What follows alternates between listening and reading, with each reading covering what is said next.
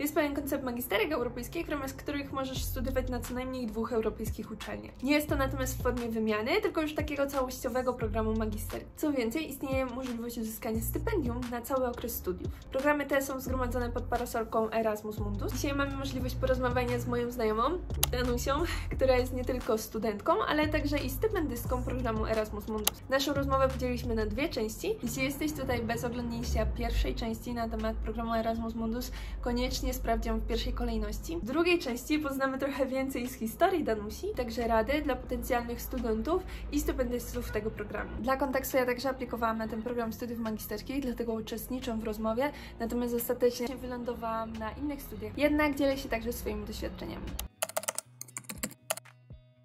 Jakie było tak pokrótce Twoje doświadczenia akademickie, profesjonalne, personalne w momencie aplikowania na stypendium, które uważasz, że tam było jakimś dodatkowym punktem? Wydaje mi się, że na pewno to był taki mocno międzynarodowy profil. Jakby już w tym momencie, tak jak wspomniałam, studiowałam w Hiszpanii, w Stanach Zjednoczonych, aż we Francji, akurat w Ministerstwie Spraw Zagranicznych. To był taki dość międzynarodowy profil. Pracowałam też właśnie w sektorze prywatnym, publicznym. Akurat pracowałam też w biurze Erasmusa na mojej uczelni. Te wszystkie doświadczenia jakby to nie były doświadczenia na pełny etat. Byłam też członkiem wielu organizacji studenckich, więc wydaje mi się, że taki profil aktywnego studenta jest całkiem pożądany.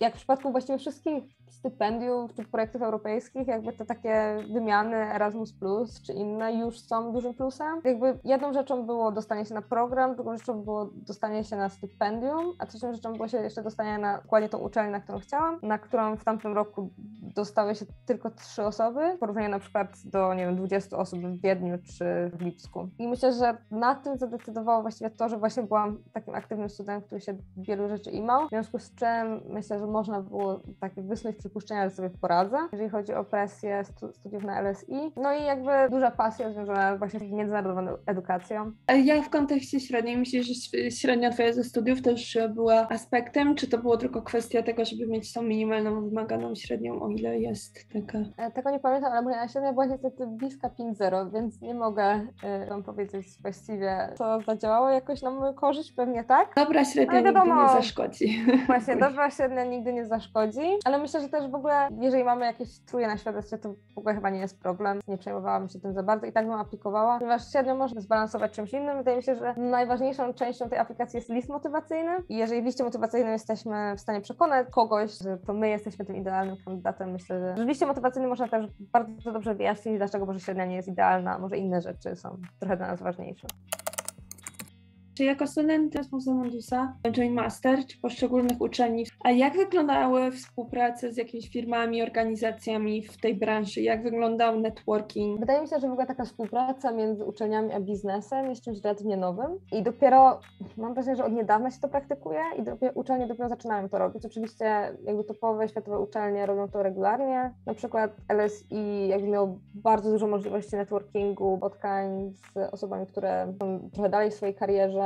Bardzo dużo też spotkań z doktorantami, profesorami, jeżeli chodzi o kariery akademickie, w doradztwie, bankowość. Tam wszystko było mocno dostępne. To były wydarzenia dla całej szkoły, dla całego uniwersytetu. Część było też dla klubów, różnych społeczności studenckich. Zupełnie tego brakuje mi w Wiedniu. Może dlatego, że LSI jest uczelnią mocno wyspecjalizowaną, a Wiedeń jest generalnie uczelnią ogólną. A sam program stara się, bo ja widzę zmianę, widzę, że jest dużo starań. No jedyny problem moich studiów jest taki, że one były w większości online, więc oczywiście też nie mam pełnego spojrzenia na to, jakie są możliwości tych studiów. Na przykład w programie studiów mieliśmy szkoły letnie i zimowe, czyli po prostu spotkania takie kilkudniowe, około weekendowe, które miały właśnie zbliżyć nas jako studentów, profesorów, może zaprosić kogoś z świata praktyki. Ale w naszym przypadku działo się to online. W związku z czym mam wrażenie, że dużo takich możliwości ominęło mnie z powodu studiów online, ale generalnie wszystkie uczelnie. Coraz więcej zaczyna się robić tych partnerstw między biznesami czy organizacjami międzynarodowymi.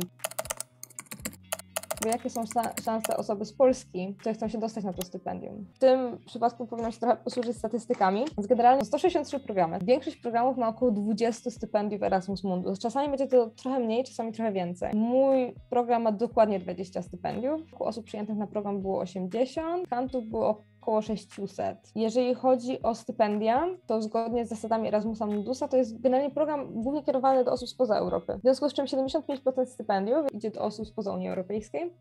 W związku z tym 25% z 20 stypendiów ma potencjał pójścia do osób, które są z Unii Europejskiej lub osób, które mieszkały na terenie Unii Europejskiej przez ponad rok, ale mogą być jakby obywatelami krajów spoza Unii. W moim przypadku osoby, które zostały stypendium i są obywatelami państw unijnych, to są dwie, czyli ja i jedna dziewczyna z Francji. Więc jest to generalnie statystycznie dość mała szansa, ale to jest tylko jeden program. Są jeszcze 162 różne inne programy. A teraz już nie ma limitu, na ile można aplikować. Dokładnie. Więc jakby te szanse są. Czy ja spotkałam drugą osobę z Polski, która aplikowała na Erasmus Mundus? W sumie nie. Obecnie przewodniczącą takiej organizacji, która nazywa się Erasmus Mundus Association, jest dziewczyna z Polski. Więc te osoby istnieją, ale ciężko je spotkać, mam wrażenie. Tak szczerze, nawet bez stypendium Erasmusa. Jakby są inne opcje stypendialne, więc ja dostałam stypendium na 2 programach, na które aplikowałam z 2. Czy to oznacza, że jestem jakimś wspaniałym kandydatem? Może nie. Na pewno da się to zrobić. Ważnym myślę elementem jest też to, że są kwota narodowe, czyli więcej chyba niż 2 osoby z tego samego kraju nie mogą dostać stypendium w tym samym czasie na ten sam program.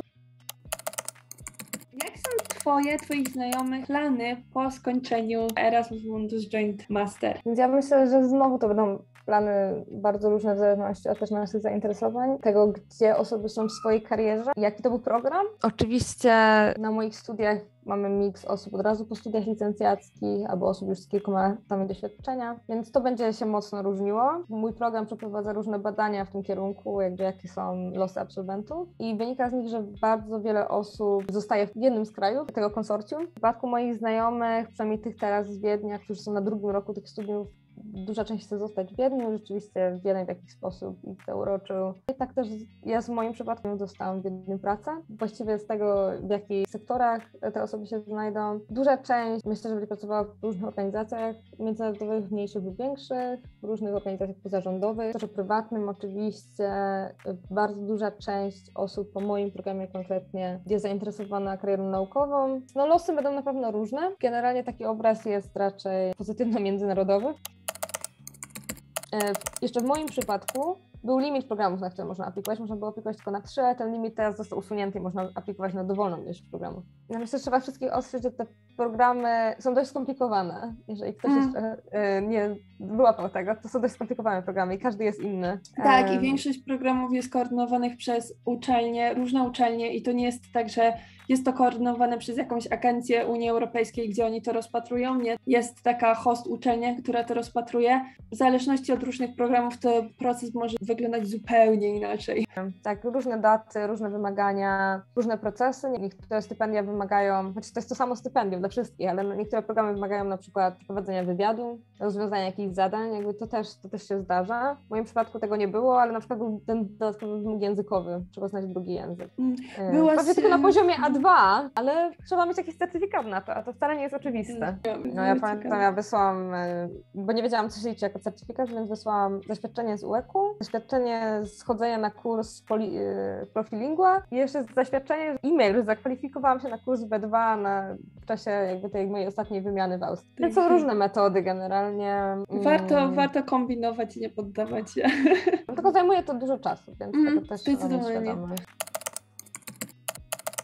Wydaje mi się, że stosunkowo mało ludzi w ogóle wie o programie Erasmus Mundus. Szczerze, większość z moich znajomych, z którymi kiedykolwiek rozmawiałam o programie Erasmus Mundus, po prostu wcześniej o tym nie słyszeli. Wiele z tych osób było częścią na przykład ISN albo było na wymianie Erasmus. Jak mówię, podczas magisterki możesz aplikować na Erasmus Mundus i bardzo często spotkałam się, dlatego był ten fragment o pytaniu różnicy między Erasmus Mundus a Erasmus w wymianie, bo często się spotkałam z tym, że mówiłam, na magisterkę można zaaplikować na to i na to. I ktoś mówił, no tak, na wymianę, w sensie, że na jeden semestr, no nie o to chodzi. To prawda, bo generalnie te programy nie są tak bardzo kierowane do osób z Europy. To chyba też zależy od kraju. Myślę, że w Polsce może mało osób o tym wie. Dlatego też chciałyśmy bardzo z Tobą na ten temat porozmawiać.